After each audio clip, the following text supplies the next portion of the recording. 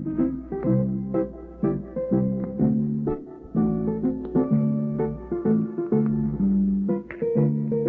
evening. This is Mae Brussell and Carmel. This is November the 17th, 1978, and it's tape number 363, side 1. Last week on the tape, accompanying the tape, I sent a map of Poland, and I wanted to make a correction there. I did have another world atlas that I didn't bring in because this was such a clear close-up, but where number 1 is where Katowice is, with the arrow pointing to Katowice. Wadowice and Katowice I mistook for the same place because Krakow is spelled both with a C and a K. But if you take your pencil or look at an atlas, Wadowice, the home of the current Pope John Paul II, is right between Auschwitz and Krakow. Auschwitz is Auschwitz. And he's right next to the camp at Auschwitz, and he lived in the town of Krakow part of his life and Wadowice when he was younger. So put him right between Auschwitz and Krakow instead of to the left where Katowice is. You can make that correction on your little map. There was a lot of speculation in the news about the death of Pope John Paul, and I'll share some of those headlines with you in case you didn't see all of them. We'll go through some of those on this tape. And of course, when somebody dies so suddenly and has no autopsy and so many discrepancies, it is immediately mandatory to study who succeeds that person and comes in line next, because if there is a murder, then there's a total change of policy, political policy, and then we must follow that successor. And when I heard that Pope John Paul II had come from Poland and was handpicked by Mr. Zabriskie and the National Security Council, of course, the links of him to the Bilderbergers and the Trilateral are so strong, and that this was a fellow landsman from Poland, that they knew each other, and knowing the position of Zabriskie in the Cold War, I began to do some work into this Pole. It wasn't hard because there were stories in the newspaper about the chemical factory that he worked at and the quarry he worked at, and locating the town and where he was. Of course, I was frightened that he had worked at Auschwitz, and I think it matters to the world in general to know just what he was doing from the ages of 19 to 25 and what his position was. The headlines and articles have said he helped some Jews, but I very seriously doubt that he would be selected by the most extreme right-wing cardinals and Mr. Brzezinski and the people around him if he was saving Jews during World War II. I don't think he would have lived very long, and he was spared.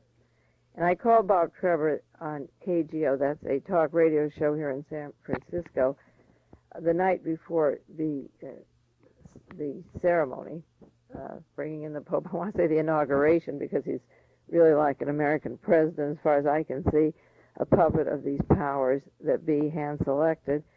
I called Bob Trevor on KGO and just brought up the question that I was not able to find through many telephone calls where he did, in fact, work in Poland. I didn't originate the idea that the Catholic Church was fascist. There's many, many books about it, and with that movie, The Holocaust, on television, long series for people to get introduced to exactly what Auschwitz was, I thought it was a pertinent question to ask on the radio if we could find out where the new Pope worked. And Bob Trevor was taken by surprise. It was a late-night call, and he immediately said, "Don't send your letters to me. I'll give them to May. I don't want to get in the middle of this." And he passed it off and was running scared. And he sent me a package of mail that he got about this question, and some of it was very supportive. And I'm going to read you one letter because, of course, these cowards sent unsigned letters, no return address. Well, he signs it, Joe America, just Joe America. And this is the letter that he wrote, dated October 21st, 1978. Bob, why do you allow yourself to be involved with Mae Brussell? She's vicious and evil and is connected with the Communist Party, the local party, namely the Russian Council. She's using KGO as her sounding board for the Russian Council. She spreads and spews out propaganda about the CIA, and the FBI. She spreads outlandish lies about decent citizens and that much crucified man, Richard Nixon. Now she's taking after the Pope. The Kremlin is livid because a Pole has been chosen for Pope. They cannot stand having this man as Pope. Personally, I fear for his life. If they cannot smear his good name and discredit him, they will assassinate him. Their fears for all their satellites, these Catholic countries such as Yugoslavia, Czechoslovakia, Romania, Poland, Russia, have tried to keep God from these countries for 30 years. They've tried, and they have failed. There's 100 million people who are Catholic in Eastern Europe in these fine countries. I forgot to mention Hungary. Can you understand the Soviets' fear? If you cannot, you are a fool. But maybe you understand and deliberately want to help smear this good man. Maybe you are part of the plan. Take care that you don't end up with a sick brain like Ted Gandolfo and Mae Brussell, who's next. You'll see. I'll hear it in her hate for this country. I hear it in her hate for this country. Your hate shows more and more. Your voice becomes livid when anyone tries to rebut your radical views. It shows over the airways, Bob. Mae Brussell is reaching the end of her trail, on her trail of hate and destruction. If you're smart, steer clear of this vicious bitch.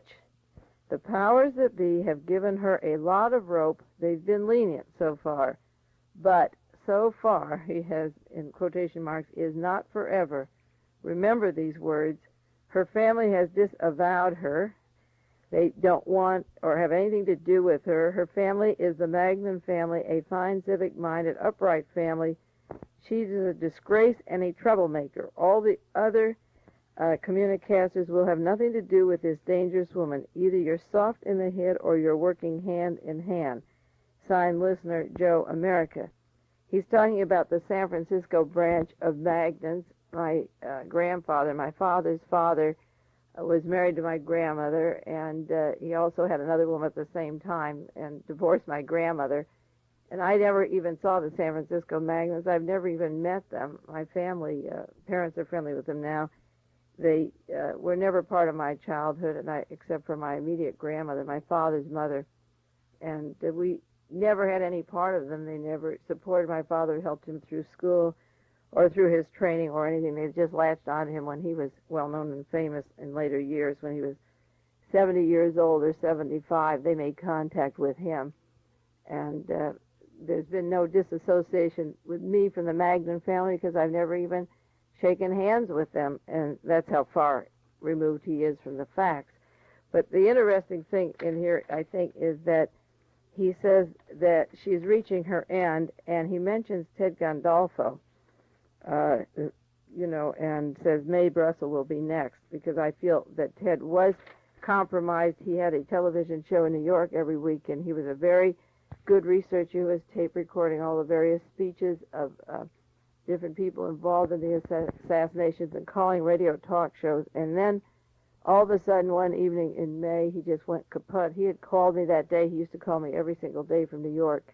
And now he is like a basket case. And this man mentioned that and said that they've given her enough rope. And maybe the things that I'm feeling, the threats I'm feeling, are coming in from this kind of person, because he signs his name Joe American and says, but so far isn't forever. Remember these words. And I feel that the station is monitored, and they will see how far I go and then probably want to take some steps. That's why I didn't want to go up to KGO in person and be on the show a month ago or so. In order to study the politics of the Vatican and the shenanigans going on, the manipulation of nations and fascism, you have to take an overlay of the various popes, Pope Pius XI in 1922, who came in just at the time that Germany and Italy were rearming, and he was the Pope until 1939. That was through the years of the Spanish Civil War and the approval of Mussolini and Hitler sending in troops into Spain. And of course, Cardinal Pacelli was behind that and was supporting that all along. 1939, Cardinal Pacelli became the Pope. Just at the time when Germany was ready to invade Poland, he took over just prior to that, and he had been given notice by the Germans that they were going into Poland, and they had already signed an agreement in 1929 that the Vatican would not interfere with the invasion of countries or with any form of fascism. That was called the Treatment of Conciliation, February the 11th, 1929. And that was the conditions by which the Vatican became extremely wealthy in property and various holdings when Mussolini, the premier of Italy, made a deal and gave $100 million to the Vatican in Italian industry if they would remain neutral. Now, that wasn't much to invest because they were going to pillage all these countries of Eastern Europe of all their wealth, their art, gold, labor, slave labor, and various minerals and products. So 100 million went to the Vatican because the great deal of these people in the East there were Catholics, and they could tell them to submit and give in to Hitler as he came through, which they did, and there was no speech from the church to stop them. In exchange for all of these goodies, this 100 million and lots of acres and buildings and so forth, the treatment of conciliation kept the Pope neutral while World War II went on, and they were silent about the deaths and the invasions. In 1958, when Pope Pius XII died, we had John XXIII, who was a very kind gentleman who got along with John Kennedy and Khrushchev, and it almost looked like a renaissance at the end of the war years. The deaths of the popes are interesting in addition to their political alliances, because John the 23rd, who was close to John Kennedy, died June 3rd, 1963, and in November, John Kennedy would be dead. And then Brazil, which is largely all of Latin and South America is Catholic, was overthrown with a military dictatorship, and the Dominican Republic then was overthrown, and of course the intelligence community that had killed John Kennedy had taken over all of Central and South America, with the exception of Cuba, I suppose. And this death of John was in June 3rd, 1963, and then came Pope Paul VI. That's the secretary to Pius XII, the Pope who was in through the entire war from 1939, the invasion of Poland on through all those years. And he was secretary to the Vatican, and I've mentioned before, writing passports for Nazis to Central and South America. The history, the overlay of what was happening and when these men came into power is terribly important. And then for that brief, short period of time, we had John Paul I. Andrew Greeley, a writer from Chicago studying the Catholic Church himself, he's a Roman Catholic priest himself, wrote 3 articles in the Los Angeles Times. I've given you the dates, very good ones. And the very first one, right after the death of John Paul I, is called The Papacy, From Promise to Uncertainty. And I think that could be the title of an article after John Kennedy was killed, What Do We Do Now? And he says in this first article that these new Pope John Paul I did away with a lot of the trappings of the papacy, the throne, the crown, the majestic we. And he said before the next pope was chosen, there are no more albino Lucianos lurking in the hills of northern Italy. He was elected by a strange coalition, an alliance of the left and the moderate against the far right. And he says that there were 20 votes of the far right, the extremist group, which didn't go to Luciano, and they didn't vote for anybody. They were outnumbered, and so they didn't write their name on the ballot at all. They were left blank, and the reason they were left blank was to protest. The dissenters, he said, were an extreme group of conservatives who served warning by withholding their votes. They warned Pope Paul VI that the new pope had no universal mandate. And he goes on to say that Pope John Paul started with the support of the Third World and some progressive Northern Europeans from France, Belgium, the Dutch, and a few from Brazil, and moderate Italians, but he started with a tough warning from the traditionalists, members of the Roman Curia, and then he said in his article on October the 1st, 1978, in quotes, there will be another election, but this time It may not be a religious experience for anyone. Right off the bat, there were discrepancies in the Pope's death. Newsweek said without any warning, a heart attack ended his sunny reign, and Time magazine was saying he died of a massive stroke. His last words were supposed to have been regarding a right-wing student who was killed. They kill each other, even the young people. And another account said, are those people shooting themselves again? This really is terrible. The story goes that the Secretary of the Vatican, Cardinal Jean Villot, smashed the ring that the Pope was wearing, the traditional ring with the inlaid seal, smashed it with a hammer, and then there's another account that the papal ring wasn't smashed because there wasn't time to make one for him. There's an account that he was propped up on pillows, half-sitting position with the reading lamp still on, and then there were accounts that he was slumped forward in bed with his face pressed into open books. Some accounts said that his face was contorted, robbed of a serene smile that many had found endearing, and other stories said that the smile that earned him the reputation around the world as a smiling pope was on his face. UPI story, it was a miracle. His face was absolutely serene. Here was a man with a massive heart attack whose face was as calm itself. His body was discovered by Sister Vincenza, a nun from the Child Mary Institute, and then again his body was discovered by the Pope's secretary, Father John McGee. When the UPI reporters tried to interview Father McGee or Sister Vincenza, they were told that they were not available, that Father McGee had left the country, and that journalists couldn't interview either one of them to see who was there first. One report in the Rome newspaper said that his body was indicative of someone who got a fatal dose of a South American drug, curare, which is a muscle relaxant and causes cessation of all body functions. And on the other hand, the Vatican physician said he had a massive heart attack or stroke, which is almost impossible to die with a smile on your face because you do have some pain, just grasping at the time of that trauma. He was supposed to be in bed reading Thomas à Kempis's Imitation of Christ, a medieval book of devotions. Later it was said he was reading personal writings, and the Vatican City on October the 3rd, 1978, said the Vatican radio clarified reports about what the Pope was doing when his fatal attack came.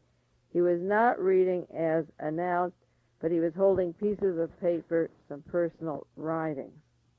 When he was elected, it was announced that he was in good health. He had a complete physical examination and was in excellent health. After he died, they said that he was a sick man.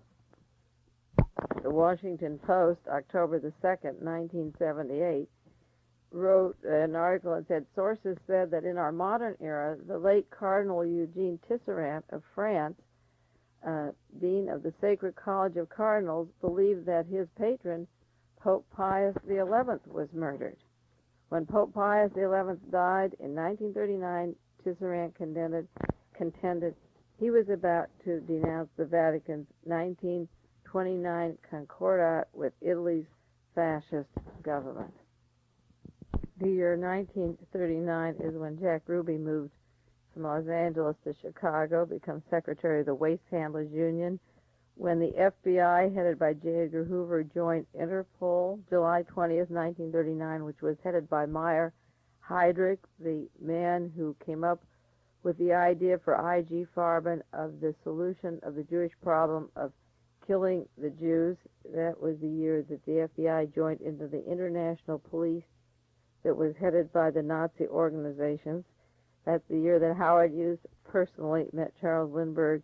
It was the end of the Spanish Republic. It was the turning point of Hitler's career, his conquest in the Czechoslovakian area. It's when Roosevelt was asked by Hitler and Mussolini to sign a non-aggression pact and the German invasion of Poland in September of 1939. It seems all right for the Washington Post to write an article about the possible murder of Pope Pius XI during that crucial year, but you can't say these things on KGO. according to UPI, Pope John Paul was very happy. The night before he died, he was laughing, he was talking and smiling, and there wasn't a sign, not a single sign of anything wrong, according to Monsignor Jacques Martin, prefect of the household. Cardinal Villot was with him the last night. He's also the man who was supposed to have smashed the non-existent ring. He said they had a good dinner together, he with his secretaries. At 9 o'clock, he called a friend in Milan and talked to him, and they talked a long time, and he went to bed and was reading, which was his custom. The Cardinal Villot was Secretary of the State. He might still be, I think he is. He immediately assumed leadership of the Pope, which he did when Pope Paul VI died on August the 6th, 1978. The cause of death was a myocardial infarction, a heart attack, which according to a UPI story is impossible to diagnose without autopsy. There have been cases in the United States where bodies were exhumed and had curare, that deadly drug in them, and the original diagnosis of the coroner and the doctors at the time was heart attack. Without an autopsy, it's impossible to determine the cause of death, even though they said it was heart attack. And then they also said there was a hemorrhage, a blood hemorrhage. As soon as the Pope was dead, there were many articles in the United States as well as in Italy about his death. I have one here from the Las Vegas Sun, which states several Italian newspapers Saturday and Sunday took issue with the Vatican's decision not to order an autopsy or to confirm the physician's findings that the Pope had died of a heart attack. The press quoted the medical authorities as saying that it could only be an autopsy that could determine such a sudden cause of death, which started the newspaper rumors to spread in various parts of Italy that the Pope may have fallen victim to some kind of foul play. The UPI story in the Los Angeles Times said evidence claimed for Pope death inquiry. A conservative Catholic organization said Friday it has concrete evidence to back demands for the investigation of possible foul play in the death of Pope John Paul I. They will work through the Vatican to avoid a scandal. There are 50,000 members of this organization in 21 countries, and they are considering bringing charges of murder. We have concrete evidence that demand our investigation. We want to observe the legal niceties and work through the Vatican, they said. The Vatican has an independent legal system, which is different than in Rome. Neither the Pope nor the cardinals that are in power now should be able to stop it. This is October the 10th, 1978, UPI.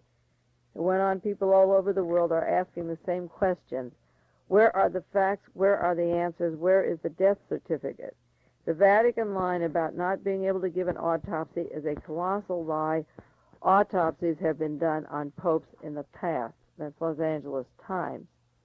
They had another article, October the 6th, in the Los Angeles Times, with a lead article titled, "Like everyone else, the papal electors must consider bills and blood pressure." And it said people are bringing up the possibility of poison in connection with Pope John Paul's death. The doctors are still complaining that Pope Paul VI need not have died. He could have used intensive care therapy. Others are wondering when the last time was that Papa Luciana had his blood pressure taken. If massive brain hemorrhage, then it meant high blood pressure.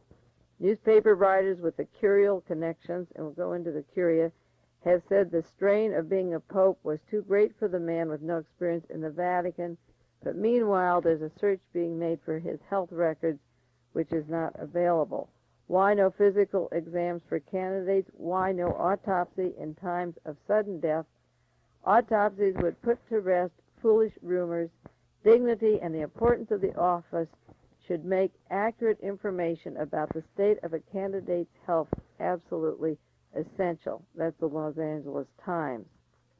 A small newspaper called The Spotlight said there would be no use for an autopsy, even though they had a long article on the possible murder of the Pope, because nobody can be charged with murder. There is no way any Italian authority could charge anyone with murder in the Vatican City. This is an independent state in the city of Rome, and it's impossible to have any jurisdiction over it. Again, that goes back to 1929, the agreement that the Vatican could be a law unto itself from then on, and nobody could be charged with murder inside the Vatican, of course.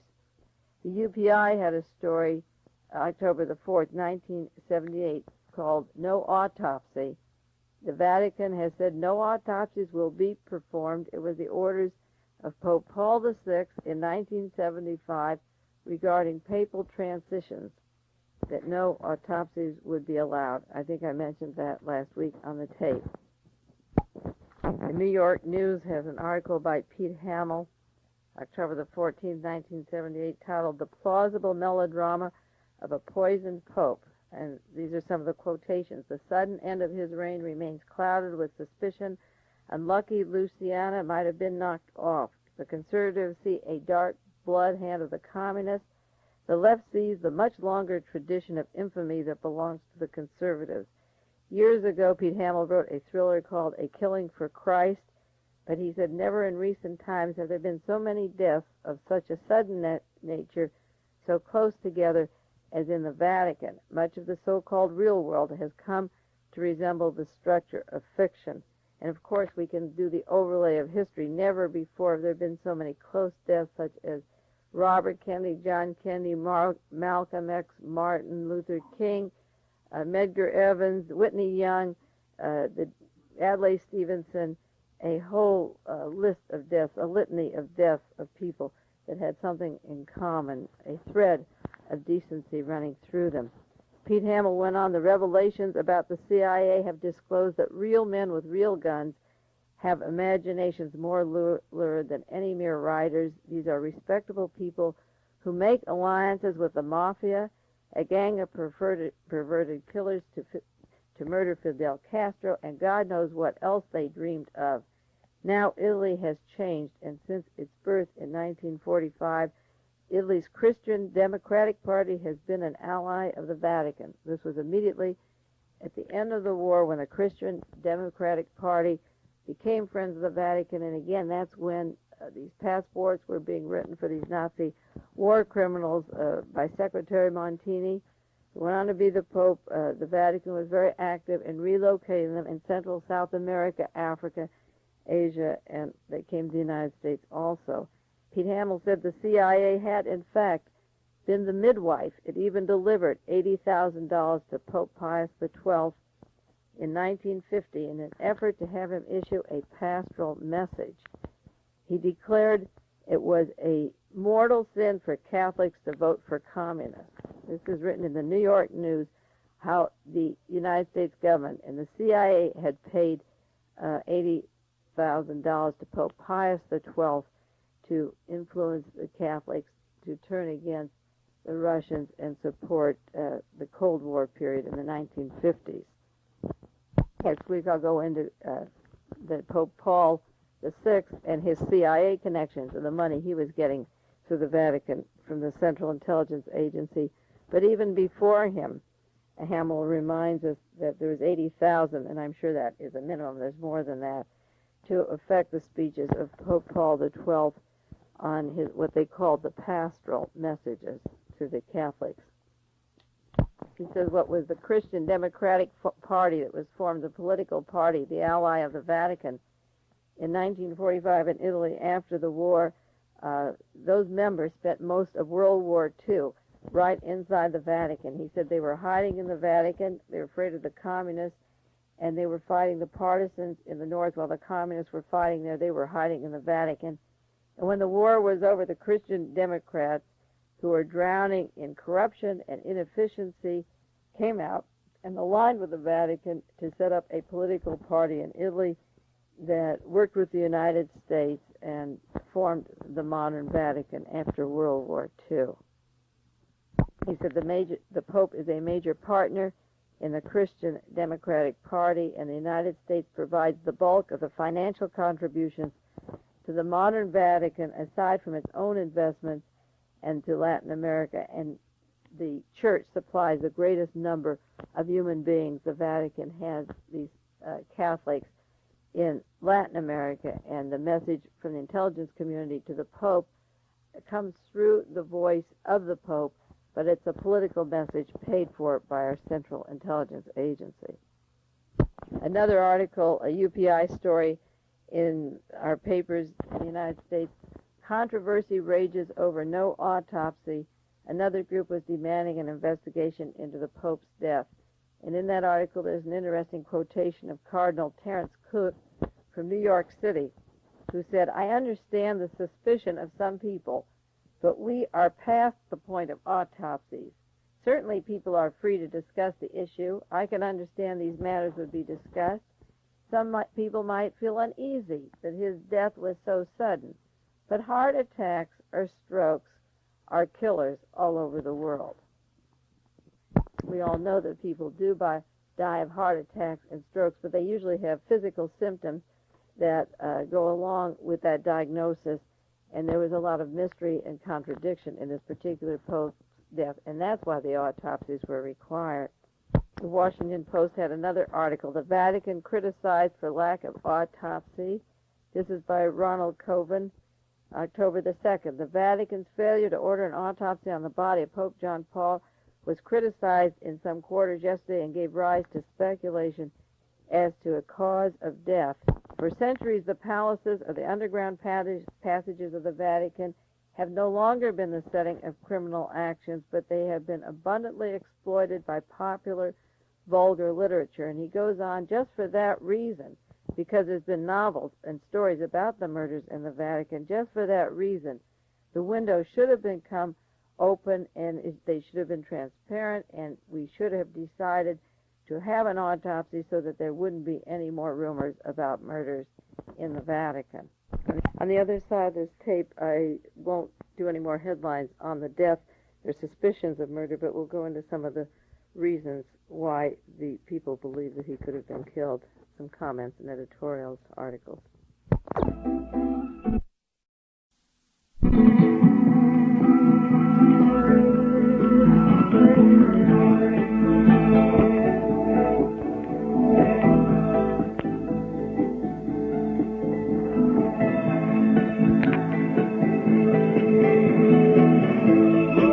Good evening, this is Mae Brussell. This is Side 2, November 17th, 1978, and this is tape number 363. I might mention the San Francisco Chronicle did have a front story, "Probe into Pope's Death Demanded." The magazine Star said, "Pope poisoning theory pushed." The Washington Post had another one, "Controversy continues over how the Pope died." There were requests from Italy, from Milan, from the Repubblica, a newspaper in Rome, from the University of Madrid, from a Spanish newspaper called El Imparcial, various newspapers asking about the autopsy and investigation into his death, and arguing that they should not avoid facing this because of the nature and suddenness of his death. I bring this up because it's not Mae Brussell who's cooked up some outlandish ideas that the Pope was done in, but there have been newspapers all over the country and all over the world asking these questions and considering who the next Pope was who followed them. It almost makes it mandatory to do a little more research on Pope John Paul I and what is known as the Curia in the Vatican. There was a good article in the San Francisco Examiner from the Night News Service, which goes all over the country. The lead article was called "John Paul's Smile Masked His Fight with Papal Power." It says the smile that Pope John Paul had, that everyone loved so much, masked a lonely man behind the scenes in a struggle by the pontiff to grasp the reins of the church power. Remember, there were 20 that wouldn't even sign that voted him in, the arch-conservatives, the behind-the-scene voting. This article says there's a conviction that this trying, stressful, uncompleted learning process contributed directly to his death. There were the demands for him to accommodate to a job that left him lonely and isolated. He was frustrated. He simply didn't understand the bureaucracy around the Pope, his functions. He was a pastor. He wasn't an administrator. The last papal election left people joyful and happy. Now there is no sun, and no one is relaxed now. The Pope the public sees is really only one of the several popes. This is, as I say, night news service. They said he wears many hats. The September Pope struggled to learn what pastoral experience had never taught him. The Italian press speaks now of the tug-of-war within the Vatican on their time and their priorities as Pope. The Curia is a little-known council of power which extends to the political governing of the Vatican, and the Curia was pulling on John Paul. He was constrained by his new position. He was uneasy, and they left him isolated. The article goes on the politics of Vatican and the pressures of John Paul. They said his strength was in his simplicity, that he was a humble man, but his potential weakness, his weakness was that he was too humble and too simple, and he was done in. They suggested that the job doesn't call for humility and simplicity. The pontiff wanted to talk to his weekly audience, and the Curia wouldn't let him. He was persuaded that a pope's duty is only to be seen. He was better to be seen to be carried on a throne. He wanted to be walking among the people, and they wouldn't let him walk in his own Vatican garden. If Pope John Paul received a letter from a bishop asking for help, his instinct in those 32 days was to answer it. But before he answered it, he was instructed that there had to be an opinion expressed by the Curia, that it is necessary to research the papal president on any question, and he couldn't answer a question from anybody when he received a letter from any bishop. He was muzzled and silenced. This article goes on, this pontiff chafed at the pomp and ceremony. He didn't want an opulent coronation. He dropped the title of Supreme Pontiff. He loved to walk in Venice and talk to people. He could have adjusted to power. He would have come to grips with the Curia. He would have learned where the power was and how to manipulate them, but according to this article, he didn't have the time. Another article by Jack Anderson, October the 13th, 1978. The People's Pope was open to discussion, and he says confidential State Department cables reveal that Pope John Paul I was actively seeking advice from world leaders on social and moral issues in the days before his unexpected death.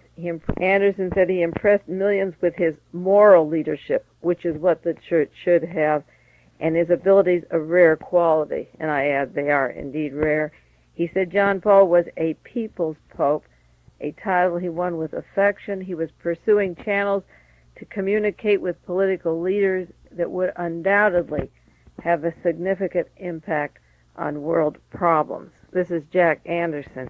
Isn't it a tragedy that every person who could have an impact on our lives, as I say, from Gandhi to John Kennedy and the opening up of dialogue between Russia and the United States with Khrushchev and Kennedy, and various people trying to make peace contacts, whenever we get on the bridge of d'entente or peace, we're pulled back into this deathly murder the leaders game.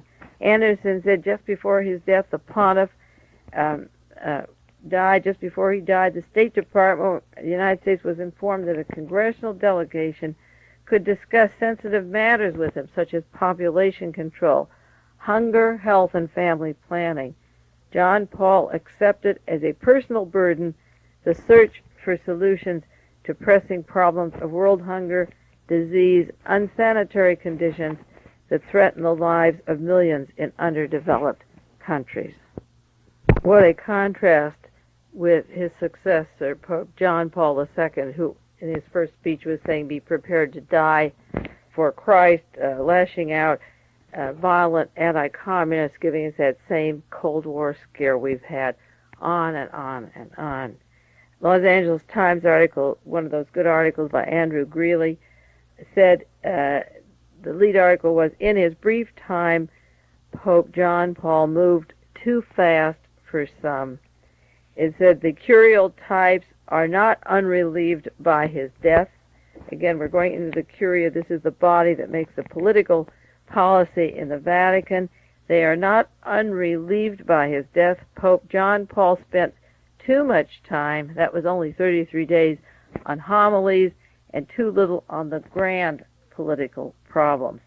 political problems that he was working on, such as population control, hunger, family planning, unsanitary conditions, and disease, those aren't the big problems. They're talking about the grand political problems. He didn't get a chance to worry about too little time on the grand political problems. The LA Times says there were some folks who had taken to censoring his speeches. They did in the Vatican. They told him what he said or couldn't say, and they cut out his speeches those few 33 days. He had to give copies to certain persons in the Curia to read before they were distributed to the press. They cut out his jokes, his anecdotes, his changing of I to the we. They said he moved too fast. He scared them. I'm sure he scared the 20 that didn't vote for him, like the Council of 40. They'll regret his death, but they are happy to return to business as usual. This is written by a Catholic in the Los Angeles Times, that some stereotypes are not unrelieved, that they'll regret him, but they're back to business as usual in the Vatican. Sinister Romans, he said, are hinting of poison, an absurd charge that cannot be refuted because there was no autopsy. That's written by Andrew Greeley in the Los Angeles Times. The Washington Post has an article on elections in the Vatican. It said the purpose of the conclave isn't to blacken John Paul's name, now that they have their next conclave, but to try and overcome the resistance of certain cardinals, and elect as Pope a fellow who is part of the Church's central government at the Vatican. Cardinal Cyril was mentioned because he said this would be a more thoughtful conclave than letting the last Pope in the way he slipped in. It is necessary to seek a shepherd of the souls, according to Cardinal Hoffner of Cologne, but with greater managerial experience. John Paul's pastoral qualities are fundamental, but there must also be other considerations, the understanding of international problems, and experience as a diplomat. You see, they elected the wrong guy, but they caught on after 30 days. The Dean of Sacred College of Cardinals listed certain criticisms heard around Rome of John Paul's brief reign, and the list was not just the criteria for what would be a new pope, but the shortcomings of the old pope. That kind of talk used to go on in private whispers in the Vatican. They left satirical cartoons around, like a front-page cartoon of one of the magazines in Rome showed him as reading a magazine, and inside the magazine was a Mickey Mouse comic book that he was supposed to be reading as if he was simple-minded. And then they suggested that Cardinal Benelli of Florence was pouring a vial of poison into a cup of tea. They had a picture of him, and in the background, stretched out in bed, was John Paul reading a popular Roman magazine, but inside was a Mickey Mouse comic book. So on the one hand, they have him being poisoned by the cardinals, and the other because he is so simplistic. Andrew Greeley, as I noted, had 3 excellent articles on the Vatican. He had an article October the 15th, The Pope Has Turned a Corner, and he goes into the problems and the conflicts of the Catholic Church in modern society and talks about the battle lines of democracy versus freedom, that the Catholic Church fights certain truths and has held back certain rights of people because of the nature of their religion, that the worldview takes giant steps into human progress, and the Church thinks that these steps are an assault on Christian truth, that in the world of science we see it as liberating mankind from superstition, and the Church feels that the Bible and religious truths cannot be tested according to scientific data, that they have to be accepted on trust as fact, and the power of the Pope comes through certain absolute powers, and he gives orders out to the Catholics in the world with absolute powers, where the world, real world, sees the papal power as a dark age of oppression. And Andrew Greeley goes into the conflict of the battle lines, that these are the battle lines, and he says Some Catholics now want to rejoin the world and give the Catholic Church a place in the living world, where the Pope, once as the defender of the rights of the poor a long, long time ago, long ago, spoke as if it could be a democratic institution. He says, along came Pius the Ninth, Pius the Tenth, the 11th, Pius the 12th, and all of them wiped out any openness and destroyed the lives of many decent Romans and went into 4 decades of Catholic history and white terror. He really says this new Pope can slow down but can't reverse the entry of Catholics into the world, but he's not sure, and he says that the changing of the popes will make a big difference into whether we stay in the past or whether the Curia and the new power, the political power and the clout, can keep the Catholic Church back like it's been kept for so many, many years. He says even if the new Pope is committed to integrating that Catholic Church more fully into the modern world, he will never be able to do so unless he is free to govern effectively, and to do that, he has to have some counterweight to what is known as the Roman Curia. The Curia is compared in these articles of Greeley. He explains what it is. It's a new word if you don't study the Catholic Church, the Curia. He says it's not different than any other bureaucracy. It's similar to when the President of the United States have tried, and he uses the example of John Kennedy, have tried with little success to bring the White House under the control of America and the federal agencies. He said presidents, popes, mayors, newspaper editors, college deans come and go, that men who process papers and stamp documents, exchange memos, and execute decisions stay on forever. And the Curia is that body of people that pass memos back and forth and execute decisions and decide if presidents like John Kennedy survive or popes like Pope John Paul I are allowed to survive or not. This one article in the Los Angeles Times said that Pope John the 23rd, who again was in office from 1958 to June of 63, found some balance of power in a mini-curia which he created when he was the Pope.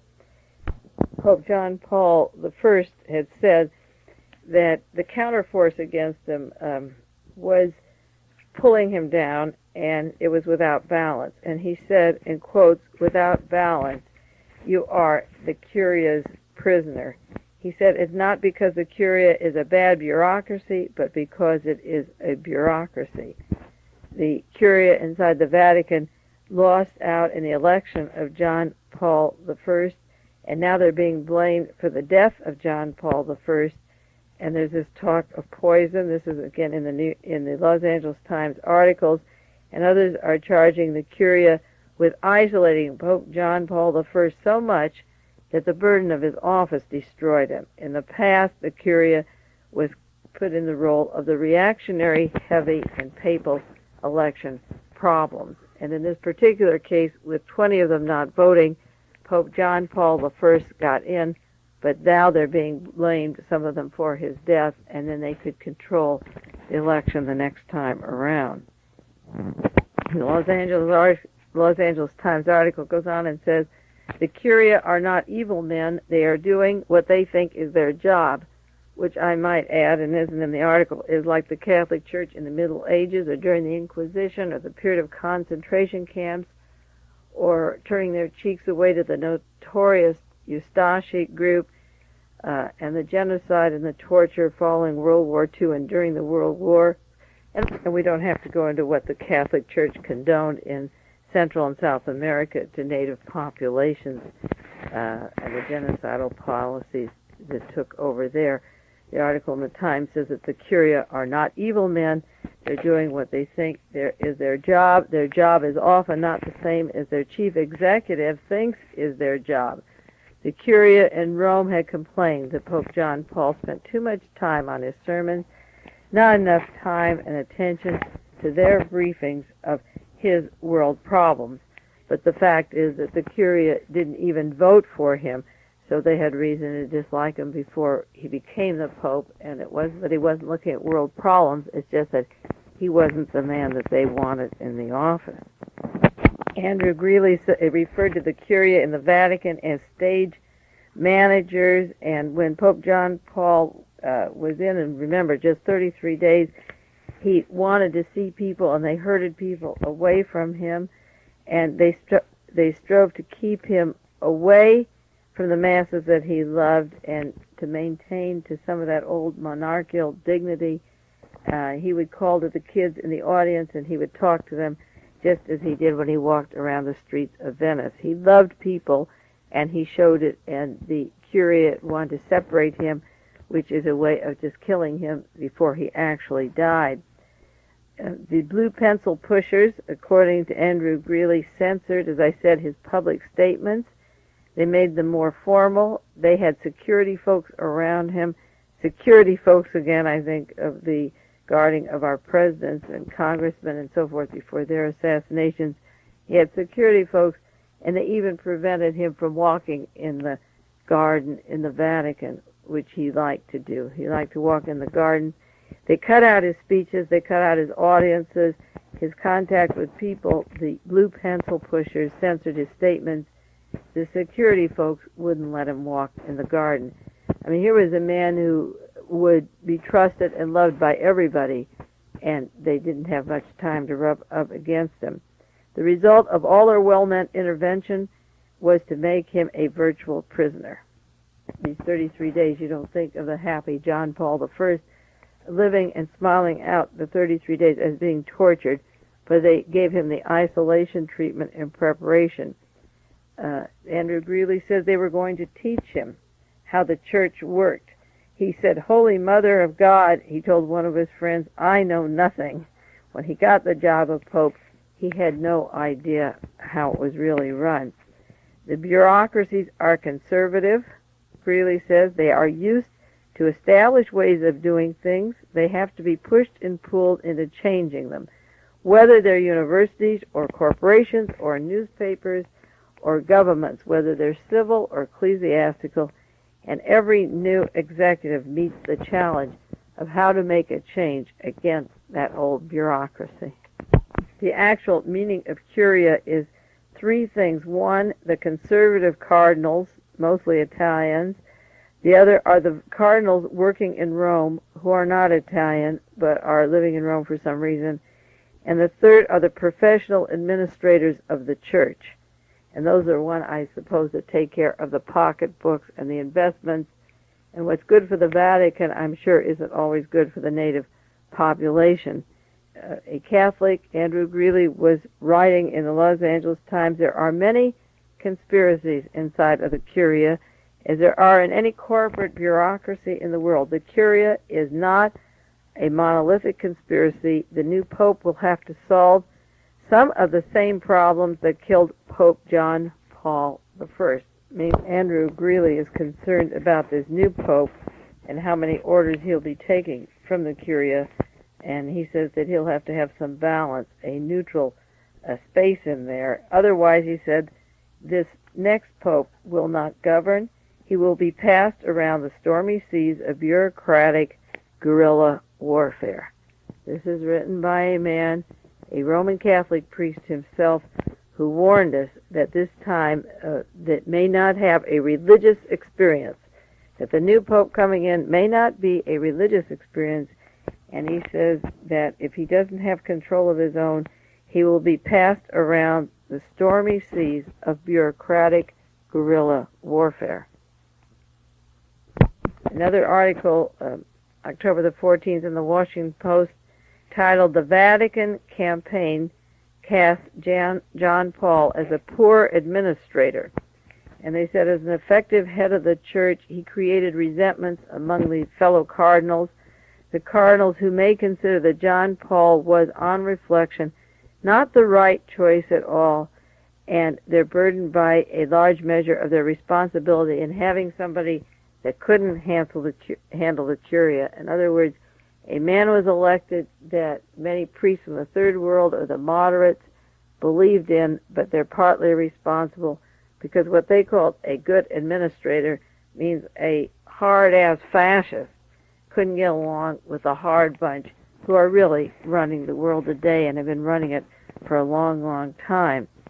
The Post said Luciani's smiling countenance was a refreshing change of pace for many of the faithful, and the obvious craving of Catholics for a less intellectually distant pope than Paul VI, and they hoped that they would get somebody who was warm and fun-loving. And the terrible, terrible tragedy is that having this Pope Paul VI, I refer to him as the OSS Montini Pope, he wasn't that much fun, and he was heavily into politics and fascism and the whole Cold War period that has been going on since he was in 1963. And it's just a shame that the whole world has to see a decent person knocked out continuously. It does hurt. It hurts the young people, it hurts the older people, and anyone with any sensitivity to see these people just slain right in front of you. And of course, what they say in the articles in the newspaper are not that he wasn't a hard fascist fighting heavier forces.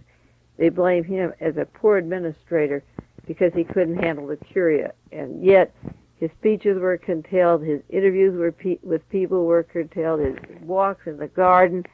He was isolated. It was enough to give you a heart attack or blood pressure, but the symptoms on his face and that smile and the inactivity, the way he died with that smile and holding his papers and so forth, as I said, looks more like poison than a stroke or a heart attack. But it's just a shame that this kind of person can't survive against those strong people in an organization that should be serving the needs of all the Catholics of the world. And I'm not anti-Catholic, and I want to say that now. I believe there's a handful of people in the Jewish religion, among the Mormons, the Catholic Church, and so forth, that follow the world fascists, help put them into power, and they don't represent the masses of people at all. I don't in any way want you to think I'm anti-Catholic by what I'm saying, and what I'm quoting here are newspapers that are certainly not judged as being anti-Catholic in their position, and I'm sharing some of the articles that went on. Next week I will do a tape on Pope John Paul II, the man that succeeded the one that we've talked about on this tape, John Paul I, and I'll go into the mentor of John Paul II again, Mr. Montini, who became Pope Paul VI, who was really the godfather of the current Pope. And let me remind you one more time what Andrew Greeley said, that the coalition of the really decent popes, decent cardinals with the fascist element in the Vatican could fall apart, and he said, and quote, "This time it may not be a religious experience for anyone." On the back, on the remaining part of this tape, I just want to mention a letter that I wrote to Mr. John Stanish, Department of Justice, the Office of Pardon Attorney in Washington, D.C., 20530, and this has to do with Patty Hearst, because those of you that have followed my work know how long I've been researching the Patty Hearst SLA story and trying to get her out of prison, and I've been trying to expose the links of the CIA and the FBI to the creation of the Symbionese Liberation Army. November the 6th, 1978, I wrote, "Dear Mr. Stanish, since my last letter to you, September the 27th, 1978, I've been in touch with Mr. Dothard Perry. Mr. Perry wrote several articles about the SLA and contacted me a year ago regarding his FBI teletypes on the SLA. I reminded Mr. Stanish that Dothard Perry was with Patty Hearst the day before the shootout in Los Angeles, that he worked for the FBI for 8 years, that he had teletypes proving that the Los Angeles Police Department and the FBI had foreknowledge of the killing of Dr. Marcus Foster, the school board chairman in Oakland, and that they had foreknowledge of the kidnapping of Patty Hearst, and that these documents were available if he wanted them, and that they knew for 16 months where Patty Hearst was in the summer of 1974 and through 75. And I said, when you're working on the petition for commutation of sentence for Patty Hearst, keep in mind that more people will hopefully surface. I haven't yet figured out, I said in the letter, why Randolph Hearst hasn't filed a suit for $2 million against the Oakland Police Department or the FBI for kidnapping his daughter and making him put out $2 million for that phony counterintelligence operation. And then I said, how can you keep Patricia Hearst in one more day? What is your bottom line through this legal maze of stalling time? Where is your decency? I suggest that you get going with your paperwork and allow her to walk out of prison immediately. Signed, Mae Brussell, and I sent another copy to President Jimmy Carter at the White House, and I sent this letter to FBI Director William Webster. I dated it. It was sent out November the 6th, 1978, and that was a Monday, and I assume was in Washington by Wednesday or Thursday. But Monday of this week, on the 13th of November, I heard that Patty Hearst will be out by Christmas, and I just wonder if this kind of putting on the line just exactly what they know already about the Hearst case causes them to move faster. I don't think that petitions for getting out have a great effect, but then it can look like the masses wanted it or the people wanted it. I think the only thing that moves these bastards is the information that these documents exist and that there could be lawsuits and they're available for lawsuits. And I think they run scared because they're a bunch of cowards. I don't have any particular knowledge of Patty Hearst personally. I've never met her. I was supposed to go up and see her. I haven't been up to the prison to see her, and I've never met her family. They've never been interested in my research, and as a matter of fact, Delthard Perry wanted to make an arrangement to meet them and wanted something like $50 or $60 for his transportation to come to meet them, and I don't even think the Hearst people were interested in putting up the money to see the copies of the documents that he has, that he was with Patricia the day before the shootouts.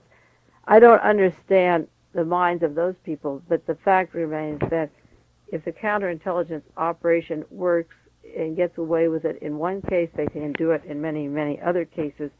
And I just continuously want to expose the tentacles of our society that are so false and are used by the media and created by the media and are nursed along and founded in Washington, D.C., in the Pentagon and in the intelligence community, and then permeate our local society and individuals in our local society.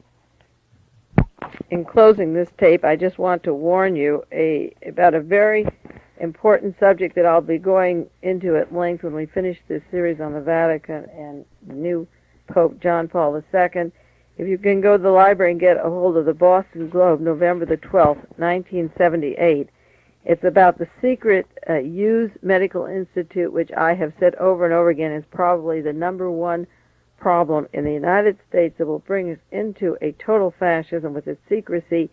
They're opening up a large medical institute. They're moving from Florida and secrecy into Boston, where they're going to have 12 medical institutes and facilities centered around the country, and they'll be connected by satellite from one institute to the other, where they will study genetics, immunology, endocrinology, and metabolism. And I will do more on this later, but in the meantime, if you go to a library, you can photocopy or ask for this copy or write to the Boston Globe, Sunday, November the 12th, 1978. I worry about the Central Intelligence Agency, secret hospitals and experiments, and the spreading of these hospitals by satellite, and it isn't a far cry away from Dachau and Auschwitz, the hometown of Pope John Paul II. We'll get back to him next week.